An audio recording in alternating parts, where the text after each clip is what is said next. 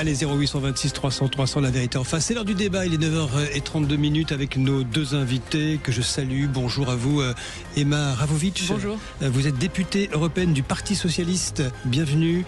Et bienvenue à vous également, Philippe Carsanti, porte-parole du comité Trump France.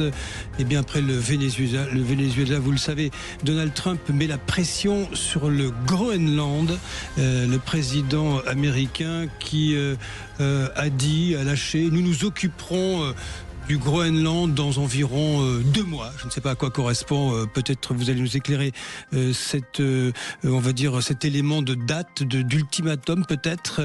Est-il dangereux, Trump, pour l'Europe et pour la France, alors qu'aujourd'hui Emmanuel Macron reçoit la coalition des volontaires autour de Volodymyr Zelensky. Les événements ne sont pas forcément liés, mais nous le verrons également, le président français essaie de ménager cet imprévisible Donald Trump. Je commence par vous, Emma Ravovic. Est-ce qu'il y a à craindre de la part de Trump pour notre pays et pour notre continent européen ? Trump est aujourd'hui, en tout cas, le représentant d'un changement de positionnement des États-Unis. Ils étaient un allié. Clairement, les États-Unis n'en sont plus un, ni pour l'Europe, ni pour la France. Et je pense qu'il faut le dire très clairement. Le plus grand danger aujourd'hui, pour l'Europe et pour la France, c'est de se comporter en autruche. Je le pense. C'est de se dire finalement que nous pourrions, en étant peut-être très conciliants ou en se cachant finalement la réalité, qu'on pourrait échapper au sort que Donald Trump veut faire à l'Europe. Pourtant, il faut le dire, l'Europe, elle doit être forte, elle doit résister, elle peut résister. Moi, je le dis très clairement, nous avons les moyens d'agir, nous avons les moyens d'être forts, de se réveiller. La faiblesse n'est pas une évidence, même si certains voudraient nous y obliger. Mais je tiens à le dire très clairement, aujourd'hui, le comportement de Donald Trump, les menaces sur l'Union européenne, sur le Groenland, sont des choses qui doivent nous faire réagir de manière très forte. Mais ce n'est pas nouveau, parce que là, on parle du Venezuela, on parle du Groenland.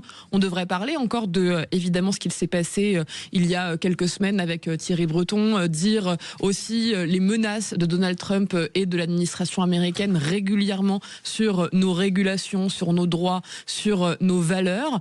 L'Europe aujourd'hui est puissante, c'est bien pour ça qu'on nous attaque, et je crois qu'il faut qu'on assume davantage encore cette puissance et que l'Europe se réveille. Alors faut-il le rappeler, le Groenland dépend du Danemark, qui est un pays membre de l'Union européenne, et je rappelle également la position de la première ministre Mette Frederiksen, qui a dit au fond que si les États-Unis attaquaient militairement un membre de l'OTAN, eh bien alors tout s'arrête, dit-elle, y compris l'OTAN. Philippe Carsanti, je voudrais que vous réagissiez à ce que dit Emma Ravovic. Trump n'est plus notre allié. Alors, j'ai pris des notes sur tout ce que vient de dire Emma Ravovic. Souvenez-vous du discours de J.D. Vance le 14 février 2025, jour de la Saint-Valentin. C'était une déclaration d'amour à l'Europe, contrairement à ce que je viens d'entendre. En fait, c'était vraiment de nous dire, réveillez-vous, vous êtes totalement en train de vous effondrer. C'est un continent qui est en train de s'effondrer, tant économiquement que civilisationnellement, ce qu'on a pu réentendre dans la doctrine stratégique américaine. Pour ce qui concerne l'Europe puissante, non, j'ai envie de dire, l'Europe est totalement impuissante, et Donald Trump, c'est le Viagra de l'Europe. C'est-à-dire qu'en fait, Donald Trump est en train d'essayer de réveiller l'Europe et de dire je suis peut-être le dernier président américain qui aime l'Europe et qui pense à l'Europe. Derrière lui, on pourrait avoir un président type Barack Obama, comme on a déjà eu, ou même J.D. Vance, qui est beaucoup plus loin de l'Europe et qui dirait écoutez-moi, l'Europe, ça ne me regarde pas, débrouillez-vous, ça ne m'intéresse pas. Alors oui, les États-Unis sont les alliés des Européens, ils nous aident parce que sans les États-Unis, la guerre en Ukraine serait finie et pliée. Donc Donald Trump, ça fait 1 an qu'il est là et il continue à aider. Il a tenté beaucoup de choses avec Vladimir Poutine. Il n'y est pas parvenu, c'est une réalité. Mais en tout cas, il est toujours là, il fait toujours ce qu'il faut. Et enfin, pour ce qui concerne le Groenland, alors, pour revenir un petit peu, je sais que vous êtes du Parti Socialiste, et je sais qu'il y a une grande tradition anticolonialiste au Parti Socialiste. Le Groenland est une colonie danoise, de la même façon que nous en France, on a encore beaucoup de colonies. Je crois que c'est... Monsieur, non mais excusez-moi, monsieur Carsanti, il y a un moment où je vais juste finir totale entre le Viagra et maintenant la colonisation qui justifie la colonisation. Je vais juste finir. Oui, je pense que oui, le Danemark a colonisé le Groenland et je pense qu'aujourd'hui, il y a une forte volonté indépendante au Groenland. Ça ne veut pas dire que ça se fera, mais en tout cas, l'état actuel politique au Groenland n'est pas à un amour démesuré vis-à-vis du Danemark. Attendez, juste vous faire réagir tout de suite, Emma Rafovic. Si je vous suis bien, Philippe Carsanti, il faudrait, sur le même principe, offrir la Guyane à Lula, au Brésil. Alors au Brésil, non, la Guyane, l'indépendance de la Guyane. La réalité, c'est que je vais répondre. L'indépendance de la Guyane ne me choque absolument pas. Moi, je pense que effectivement, la France avec. Excusez-moi, je réponds aux questions de Jean-François qui dit oui, ça ne me choque pas que l'on cherche à décoloniser la France. Décoloniser, pour que ce soit clair. Emma Rafovic, le Viagra de l'Europe, nous dit Philippe Carsanti. Non. Moi, je pense qu'il faut le dire. Trump n'a jamais été un allié de l'Europe. L'Europe n'a d'ailleurs aujourd'hui, je pense, l'Europe a besoin de se réveiller et de dire clairement ce pourquoi elle se bat et ce pourquoi elle agit. L'Europe, c'est une construction qui est là pour la paix, pour nos économies en Europe, mais c'est aussi, il faut le dire, une vraie puissance autour de valeurs fortes. Et quand j'écoute, vous parliez à l'instant de J.D. Vance et ses amis comme Candace Owens ou parler à Turning Point et dire Candace Owens parler de haine aujourd'hui des citoyens Candace américains. Candace Owens n'est pas une amie de J.D. Vance. Non, ça vous savez très bien. C'est pas parce que vous avez des amis encombrants qu'ils ne sont pas vos amis. Non, c'est faux. Et moi, j'ai envie de le dire aussi avec force. Aujourd'hui, ce que produit Donald Trump, ce que produit J.D. Vance, ce que produisent les amis de Donald Trump, ce sont des choses qui sont en complète opposition avec nos valeurs en Europe. Et donc oui, il y a besoin de se réveiller de manière forte. Pour être précis, vous allez répondre, mais juste un détail quand même. J.D. Vance qui est, Philippe Carsanti, en retrait dans cette histoire. On ne l'entend pas. C'est vrai qu'il a dit des choses très dures à la fois, mais malgré tout, il y avait aussi, en même temps, si je puis dire, une déclaration d'amour à l'égard de l'Europe. Là, on n'entend plus. Il est resté en retrait. Pour lui, c'est une extravagance, cette histoire de Venezuela. Il vaut mieux s'occuper de l'Amérique intérieure. Quelle est l'idée ? Alors, objectivement, là-dessus, je ne sais pas. C'est vrai qu'on ne l'entend pas. Sur la politique étrangère, actuellement, il n'est pas présent. Lui, il est plus présent, je dirais, au niveau intellectuel, au niveau réflexion stratégique. Et c'est ce que je disais. Dire que l'Europe est une force de paix. Enfin, excusez-moi, franchement. Aujourd'hui, monsieur. Attends, excusez-moi. Je vous ai laissé parler. Laissez-moi finir. Laissez-moi finir. Non, vous êtes en opposition que sincèrement, Emma, si on peut se parler, on peut s'écouter. Sinon, moi, je vous couperai à chaque instant. Donc voilà. Donc une chose. Plus grand marché du monde. Vous faites rire tout le monde. 450. Ah non, mais. Ok, 450 millions de personnes. Ok, vous voulez qu'on compare le produit intérieur brut de la Bulgarie ou de la Roumanie avec la France, ou avec la France et avec les États-Unis. Donc économiquement, non, on ne fait pas le poids, ça c'est une chose. Mais quand je parle de la force de paix, on demande aux Américains qui sont 330 millions, en gros, de venir aider 450 millions d'Européens, soi-disant si puissants, pour battre la Russie qui fait 130 millions d'habitants. Donc oui, non, l'Europe n'est pas une puissance aujourd'hui. L'Europe ne fait rien pour la paix. Je rappelle encore une fois que, par exemple, le génocide rwandais, par exemple, n'a pas été empêché par l'Europe alors qu'on avait des troupes françaises sur place. On avait à l'époque à l'Élysée François Mitterrand et on avait Alain Juppé au Quai d'Orsay. On avait Dominique de Villepin qui était secrétaire général, qui était directeur de cabinet de Juppé. Et on avait Védrine à l'Élysée. Tout ça pour vous dire quoi ? Que en fait, non, on va dans tous les sens. Je veux dire que l'Europe ne peut absolument rien aujourd'hui, strictement rien. L'Europe n'est pas une force de paix. L'Europe a montré... Je vais finir. L'Europe a montré son incapacité à faire cesser la guerre en Ukraine. L'Europe a montré son incapacité à faire cesser la guerre entre le Hamas et Israël. Donc aujourd'hui, oui, heureusement qu'il y a Donald Trump sur Terre pour calmer les choses. Emma Rafovic, est-ce que l'Union européenne aujourd'hui, et cette coalition des volontaires qui de nouveau est réunie sous l'impulsion d'Emmanuel Macron, est-ce que vous pensez qu'il y a quelque chose, je vous ferai écouter après la pause ce qu'en a dit le général De Villiers qui était notre invité hier, est-ce qu'il y a quelque chose de l'ordre de la construction on va dire, à mener très vite à son terme parce que le temps passe et parce qu'il y a une forme de division européenne. Ce qui est sûr, c'est que les objectifs ne sont pas les mêmes. Ce qui est sûr, c'est que l'Europe est trop faible aujourd'hui, que l'Europe est trop faible, qu'elle n'est pas assez unie et que, en effet, nous avons aujourd'hui besoin d'une Europe bien plus forte qui puisse agir. Mais j'ai envie de réagir quand même rapidement à ce que disait à l'instant M. Carsanti. Quand on parle aujourd'hui de Donald Trump comme étant le Viagra de l'Europe, quand finalement on est là pour exalter une forme de brutalité partout en politique plutôt que le droit, moi j'ai envie de vous dire les choses très clairement, monsieur. Moi je suis une patriote. Moi je défends la France, je défends l'Europe. Si vous avez décidé de vous vendre à des intérêts étrangers, eh bien c'est votre choix. Mais vous trouverez des personnes sur votre chemin. Parce que nous ici, en Europe, nous ne tolérerons pas les ingérences de Donald Trump et J.D. Vance dans les élections en Europe, comme ça a été le cas en Allemagne. Et vous avez toléré les ingérences de Barack Obama sur la culture, sur notre agriculture, sur nos économies. Aujourd'hui, il y a en Europe des citoyennes et des citoyens qui ont envie d'être forts et Donald Trump et ses amis qui décident de les attaquer. Vous avez décidé d'être du côté de nos agresseurs, nous ne l'accepterons pas. C'est faux. Allez, vous allez poursuivre ce débat dans un court instant. Vous allez réarmer vos arguments, vos argumentaires. C'est pacifique ici, c'est animé et pacifique. C'est démocratique. C'est démocratique, absolument. Vous restez avec nous pour La Vérité en face. Ce débat autour de Donald Trump qui met la pression pour récupérer le Groenland est-il dangereux pour l'Europe et la France? Avec nos deux invités, nous nous retrouvons dans un court instant pour la suite de La Vérité en face. Le Grand Matin Sud Radio, La Vérité en face. Jean-François Akili. 9h47 sur Sud Radio avec nos deux invités. Emma Rafovitch, députée européenne PS du Parti Socialiste, plus chic de dire ça comme ça, et Philippe Carsanti, porte-parole du comité Trump France. Vous vous bagarrez tous les deux sur la menace ou pas que fait peser Donald Trump sur la France et sur l'Europe. Je voudrais vous faire réentendre ce que disait hier le général Pierre de Villiers, qui était notre invité politique, enfin l'invité du matin, du Grand Matin Sud Radio avec Patrick Roger, sur ce qu'il appelle le mythe de l'armée européenne.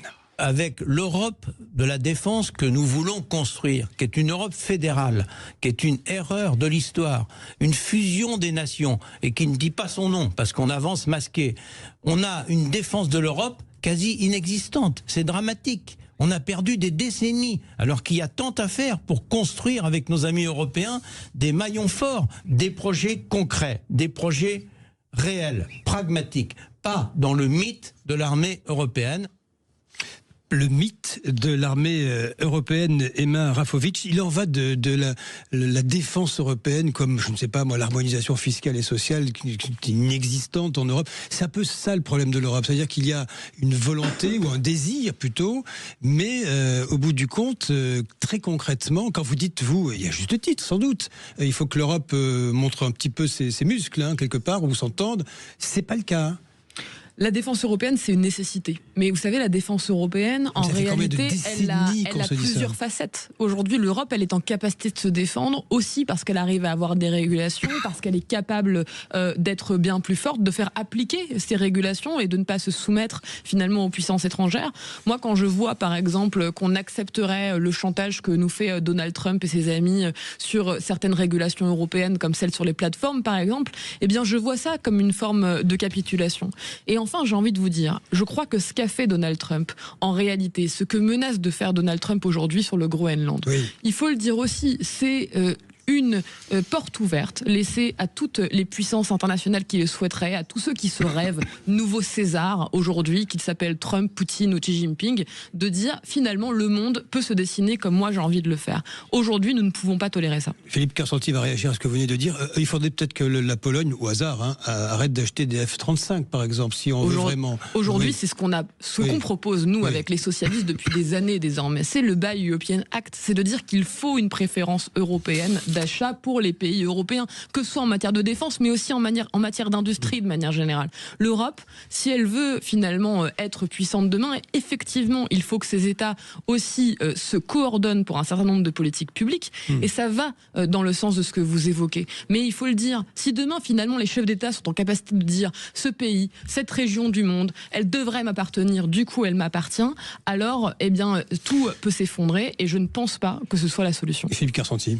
Alors, vous avez dit le désir, encore une fois, le désir d'Europe, et ça me ramène encore à l'impuissance européenne, et donc je disais au Viagra que pourrait constituer face à cette impuissance Donald Trump. Vous avez parlé aussi de politique étrangère. Alors, vous aurez du mal à trouver, et je vous invite, quand j'aurai fini, à me trouver un seul exemple de réussite de politique étrangère européenne. Attendez juste que je finisse. Maintenant, pour ce qui concerne l'occupation de la France, oui, la France aujourd'hui, elle est occupée, mais elle n'est pas occupée par. Ça veut dire quoi, elle est occupée, monsieur? Je vais y venir. Elle est occupée aujourd'hui elle est occupée par des hommes politiques qui ont été achetés, et notamment au Parlement européen par le Qatar, par exemple. Le Qatar a acheté la vie. Acheté par non, moi du tout. Non, moi je ne suis pas acheté, madame. Nous, on a trouvé des sacs pleins de billets de banque. Ça s'appelle de la corruption. Oui, ça s'appelle la corruption. Mais c'est le Qatar qui a aujourd'hui. Oui, pardonnez-moi. Encore une fois, je vous ai laissé finir. Non, vous savez quoi? Vous n'avez aucune. Encore une fois, non, ce n'est pas. Vous allez me laisser penser que. Ok, donc maintenant je ne vous laisserai plus dire un mot si vous ne me laissez pas finir. Ça commence à bien faire. Vous parlez tout seul, je parle. Non, je parle. Je vais répondre. Donc je vous dis simplement, oui, la France aujourd'hui est occupée par deux forces. Un, le Qatar, qui achète un nombre de politiciens français considérable. On a pu le voir à droite comme à gauche, mais aussi, et comme aussi à l'extrême gauche, mais aussi par les frères musulmans. Oui, les frères musulmans sont la vraie problématique française. Oui, les frères musulmans sont une vraie problématique européenne qui contrôle et qui sont en train de mettre à plat nos pays. Donc, je dis que c'est très important. Maintenant, pour ce qui est revenir juste sur le Danemark. Hier, j'ai pris rendez-vous avec le président du groupe d'amitié France-Danemark à l'Assemblée nationale, Laurent Jacobelli, justement pour le rassurer et pour parler un petit peu de ces choses-là. Donc, sachez que en ce qui concerne les sujets diplomatiques, l'administration Trump est présente et fait des choses pour avancer. Enfin, tout à l'heure, vous aviez parlé, je crois que c'était hors antenne, vous avez parlé de Taïwan, en disant le risque, c'est d'ouvrir la porte à Taïwan. Je voudrais simplement vous dire une chose. Oui, c'était un échange qui avait lieu. Qui s'est passé hors antenne. Mais je vais vous dire simplement une chose. Et c'est exactement l'inverse. C'est-à-dire qu'en montrant la puissance dont est capable les États-Unis dans le monde entier, parce que ce qu'a fait Trump au Venezuela, c'est ce qu'a été incapable de faire Poutine en Ukraine quand il a voulu enlever Volodymyr Zelensky. Donc il a montré sa puissance. En montrant sa puissance aux deux puissances hégémoniques qui tentent un hégémonisme, que soit la Russie et la Chine, oui, il les dissuade parce que c'est la force, c'est la puissance qui permet de dissuader l'adversaire. Vous savez, moi je ne suis pas... En fait, oui, j'ai envie de dire, parce que je trouve que vous avez vraiment dans tous les sens, moi je ne suis pas dans la fascination pour ces interventions militaro-affairistes. Quand on regarde aujourd'hui ce qui est en train de se passer au Venezuela, parce que vous l'évoquiez, moi je suis en soutien depuis des années de l'opposition à Maduro. Moi je suis en soutien de ceux qui se battent pour la démocratie partout dans le monde. Qu'aujourd'hui, Trump finalement est dans une situation où il l'assume, que tout ça était finalement pour une question de ressources, qu'il ne veut pas mettre en place de transition démocratique, que Madame Machado, prix Nobel, qui finalement c'est exactement l'inverse. Vous dites exactement... Vous dites Monsieur, vous m'avez demandé de vous mais laisser non, parce que c'est vous dites n'importe quoi. Non, Donald Trump a dit simplement une chose, qui laissera les Vénézuéliens faire leur choix. Donc si, non mais il faut arrêter de mentir. Il faut arrêter de mentir. Je sais que le Parti socialiste, c'est le mensonge. C'est 1,7% au présidentiel. C'est le mensonge permanent. Mais comme parce que Donald Trump est fasciné par les réalités alternatives qu'il faut que vous viviez là-dedans. Mais non, c'est vous qui vivez. Moi, je vais vous le dire. Vous vivez dans le mensonge. Non, mais monsieur, 1,7% et le mensonge. Mais monsieur, mais franchement, quand vous avez rien à dire, c'est ça que vous dites. Non. Comment on vous découvre? Moi, trouvez-moi une réussite européenne. Non, monsieur. Aujourd'hui, quand je regarde les choses, et moi je suis députée européenne, j'ai envie de vous dire quelque chose. Il y a quelques mois, j'étais aux États-Unis, à Washington, pour parler au nom du Parlement européen à des responsables américains. Ils nous disaient très clairement que l'Union européenne était aujourd'hui identifiée comme un adversaire, qu'ils avaient envie de nous combattre dans nos régulations, mais aussi qu'ils avaient envie d'agir et d'ingérer dans nos affaires politiques et démocratiques. C'est ce qui a été tenté par Elon Musk en Allemagne, c'est ce qui a été tenté aussi avec toutes les plateformes. Quand j'y suis allée, les services du Parlement européen nous disaient « Préparez-vous, maintenant, désormais, le niveau de sécurité pour les responsables politiques là-bas, c'est du niveau de la Chine. » Voilà ce qui est en train de se passer pour nous. Eh bien, nous, je pense qu'il faut que nous soyons bien plus puissants. Vous parliez de l'Ukraine. Aujourd'hui, ce que fait Donald Trump, les menaces qu'il fait peser sur l'ensemble des Européens, eh bien, en effet, je pense qu'il faut qu'on les prenne très au sérieux. Franchement, vous avez un problème de crédibilité. Comme je sais qu'on arrive à la fin de l'émission, vous avez un problème de crédibilité. Mais parce que vous arrivez, vous tenez le micro, vous tenez le micro sans laisser parler les autres. Donc, non, il y a un moment donné. Non, mais excusez-moi, il y a un problème de crédibilité. Avec Donald Trump, avec Xi Jinping, avec Poutine, ce n'est pas tolérable dans la manière dont ils veulent le faire. Je tiens à rappeler. C'est pas avant que vous fermiez le micro, je voudrais juste rappeler une chose. Madame représente un parti qui, aujourd'hui, clairement nous dit qu'ils luttent, qu'ils sont contre Maduro, alors que c'est un parti qui a fait alliance avec Jean-Luc Mélenchon aux élections législatives de 2024. C'est une réalité.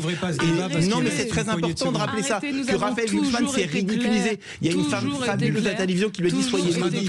Oui, mais c'est important. Ces gens-là s'allient avec Jean-Luc Mélenchon, avec les pires antisémites de la planète, les pires antisémites. Vous êtes en profond désaccord. Je conclus à votre place. Emma Rafovitch, députée européenne du Parti socialiste. Vous êtes pour que l'Europe se renforce et peut-être parle d'une seule voix face à ce que souhaite M. Trump, récupérer accessoirement le Groenland. Et vous, Philippe Carsanti, vous nous expliquez qu'en fait il n'y a pas de belligérance de la part de M. Trump. Au contraire. Et vous êtes en désaccord total là-dessus. En tous les cas, je tiens à vous remercier pour ce débat de qualité ce matin, pour bien démarrer cette année. Nous verrons bien si Donald Trump, d'ici 2 mois, va ou pas s'occuper de ce Groenland qui est, jusqu'à preuve du contraire, propriété du Danemark, membre de l'Union européenne. Peut-être bientôt indépendant. Et de l'Alliance Atlantique, dont fait partie évidemment le Danemark et les États-Unis, dont font partie le Danemark et les États-Unis, ce qui pose un vrai problème. Merci à tous les deux. Merci. Débat à suivre. On va vous retrouver un prochain matin. Revenez. Si vous me réinvitez, avec plaisir. Et bonjour à vous, Valérie Expert. Bonjour. Dans un instant, on va tenter de mettre nos débatteurs d'accord. On va revenir sur la grève des médecins. Oui. On va parler également de l'autorisation qui a été accordée par le gouvernement aux boulangers d'ouvrir le 1er mai. Et on va parler aussi, enfin, absolument, et puis de la neige, la France bloquée. Tout cela avec vous à partir de 10h. Et Félix Mathieu, c'est quoi le problème? On va revenir justement sur les arrêts maladie, l'un des casus belli des médecins en grève. À tout de suite. Bonne émission.